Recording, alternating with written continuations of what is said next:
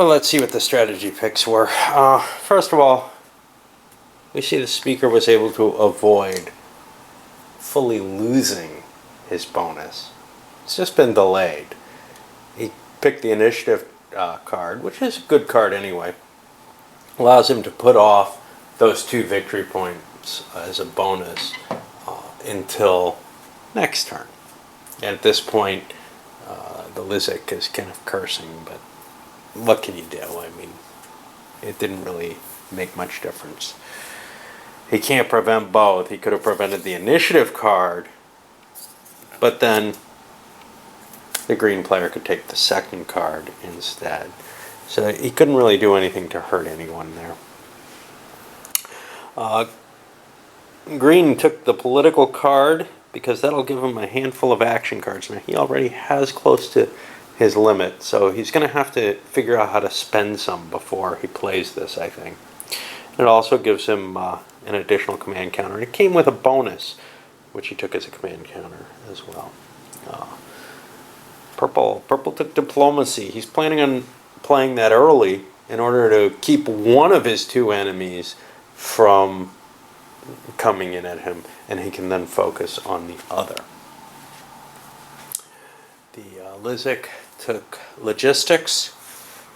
They're feeling a little low on counters and would like to have a bigger pool while they're in this battle. There were other options like warfare, but we didn't feel like that did them a lot of good last turn. They really only have one place to take, and it didn't seem to help too much last time. That means that actually warfare was one of the ones that wasn't picked. It and Imperial both got a bonus on it.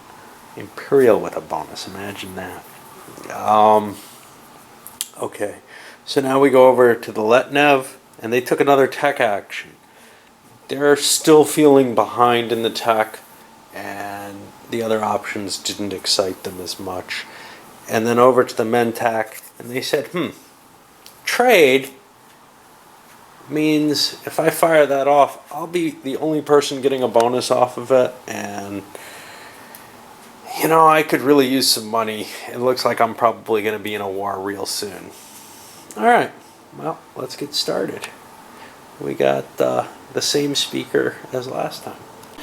Okay, so starting things off, the first player fired off a production round and built up what he believes is a strong enough fleet to maybe handle the Letnev fleet. And this is one of the problems. The game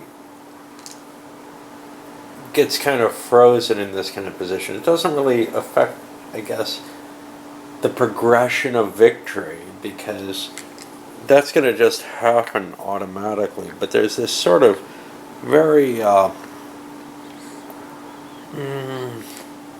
static position on the board, which might be pleasing in some games, but I find it less pleasing in a big space game. I want ships flashing across the board, and that's not happening. This feels more like World War I, except a 6-player World War I. The second player fired off the diplomacy action and said, "Hey, green, you're not coming in. I'm gonna take out blue. I'm gonna put all my effort at blue." And he can actually still pick off green's ships if he chooses, but what he can't do is he can't actually sail in there. And given that he can't really do both at once without the warfare chat, that doesn't really make much difference. And then the third, and the first player used his initiative bonus to recharge a couple of his planets. He gets to do that for free off the diplomacy action, which is kind of cool. The green player could have triggered the full diplomacy action if he wanted. He doesn't really want to. He wants a war with someone. He's going to go for an opportunity, and he's not sure who that's going to be against. It could be blue, it could be black, it could even be yellow. Hard to tell, but he's set up to fight, and he's probably not going to sit around. Okay, and then who was 3? See if I can find him. Ah, he was. Yeah, his action. He also did a production action over here. Got the shit down at least. Built some smaller amounts of units.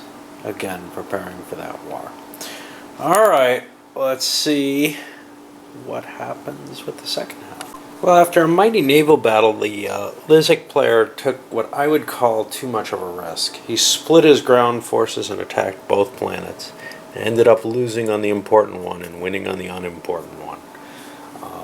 The results of the naval battle, both his dreadnoughts have been damaged, and of course in the ground battles he lost 3 out of his 4 troops. Did capture a enemy scientist, tried to make some kind of deal, and he's told, go to hell. So, yeah, now here I'm left in the kind of odd position of, I'm not sure what happens if purple loses its last planet. I think it's knocked out of the game. I certainly can't see the enjoyment of trying to draw and hope for some kind of rebirth card or something.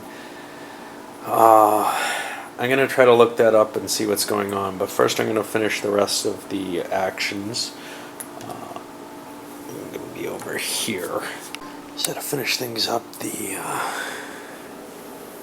Mentak played the trade ability, collected money.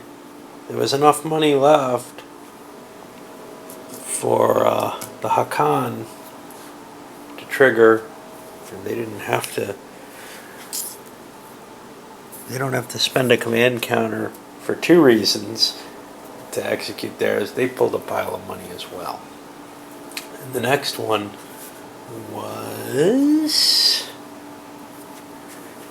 Letnev firing off technology. They picked up gen synthesis, which gives them better ground combat, and they might be able to, make clone warriors or something. And just about everyone else bought a technology, actually. Jolnar doesn't actually have to buy. They spent one. They picked up the assault cannon, which is going to make their dreadnoughts more powerful, if they can survive, which looks unlikely. But, yeah, everyone except Lizics, I believe, bought something. They're really looking at, the bloodshed's going to start. I've got lots of ships on the board. What can I do to improve those ships right now? Lizics, on the other hand, doesn't have lots of ships on the board, and their prime goal is, let me get more forces on the board right now. Alright, on to the second time round. Well, I caught myself cheating. You can't select the initiative action twice in a row. Well, I don't know what to do. I think what I'm going to do is I'm just going to stick him with it. I'm going to make him pay 1 for the tech cost. And damned if I know. I just, there's no way to really recover this completely, but I'll let green be the next speaker in reality and have the next pick. But I can't do that all right now, I'm afraid. And bugger. Alright, well, I'll start this turn, stick him with the initiative for the turn, not let him pick that 8 tile. And we'll see what else happens. For actions, the first player actually passed. He didn't want to do anything. He's looking at his board position, and he does not want to fling himself against red. He doesn't see attacking black. He wants black to break itself on him. That may or may not happen, but he wants the defensive advantage there. And holding his chits seems the best thing. On to 2. 2 would have loved to be able to build a ship and shoot things. Instead, he activated the area, built the ship, but before he built the ship, he fired with the planetary defenses. And with all of his bonuses, a scientist, a +1 for combat, re-rolls, all kind of stuff, he still did not manage to destroy one of those dreadnoughts. And they're, you know, weakened. So that's a big blow for him. And then green followed up by marching in here and taking the undefended planet from blue, which would be, it's an act of war, but it doesn't really mean much, because the only thing war affects is the trade goods. Okay, trying to figure out who did what. What did the Lizik do? Darned if I know. I think they triggered off their logistics, but maybe they did that before, so who knows. But they did that at some point, and a couple other people grabbed extra chips there. And over to player 5, this was why I can't remember. They launched an invasion here and took that, and now yellow is getting reduced more and more. They're down to 3 systems. They got 3 planets in their home system. Well, actually, make that 4 systems. They've got this one too. So they're not in that bad a shape in terms of position. And their fleets, they have large forces. They don't have a lot of navy here, but they have a lot of ground force. And they have a pretty decent navy here. Enough of one that black was unwilling to push the issue. Instead, black shifted over this way for whatever reason. We'll see where they go, but they only have 1 command jet left. And I don't feel... I mean, they grabbed an opportunity space here. Now they're going to try to grab one here. Maybe they're just trying to sneak their way into things and not piss people off too much. That may work with yellow because they're under pressure from a couple sides. But blue, once they mop up purple, they may just turn against black. Of course, they may have bigger problems by that point. We don't know. Maybe blue and green, or maybe black and green came to some kind of agreement there. Red pulled their cruiser out of here. They couldn't pull the carrier out because their carriers aren't fast like other people's. So it's still stuck over here without much that it can do. Remember, you only can go to a certain system, which is kind of a weird mechanism. And then our last player doesn't exist. That was the last player. Yeah, the black player was the last one. Alright, I'm going to load this one up, I guess. I don't think I'm going to finish this tonight, this turn tonight. I'm pretty fatigued trying to cope with this.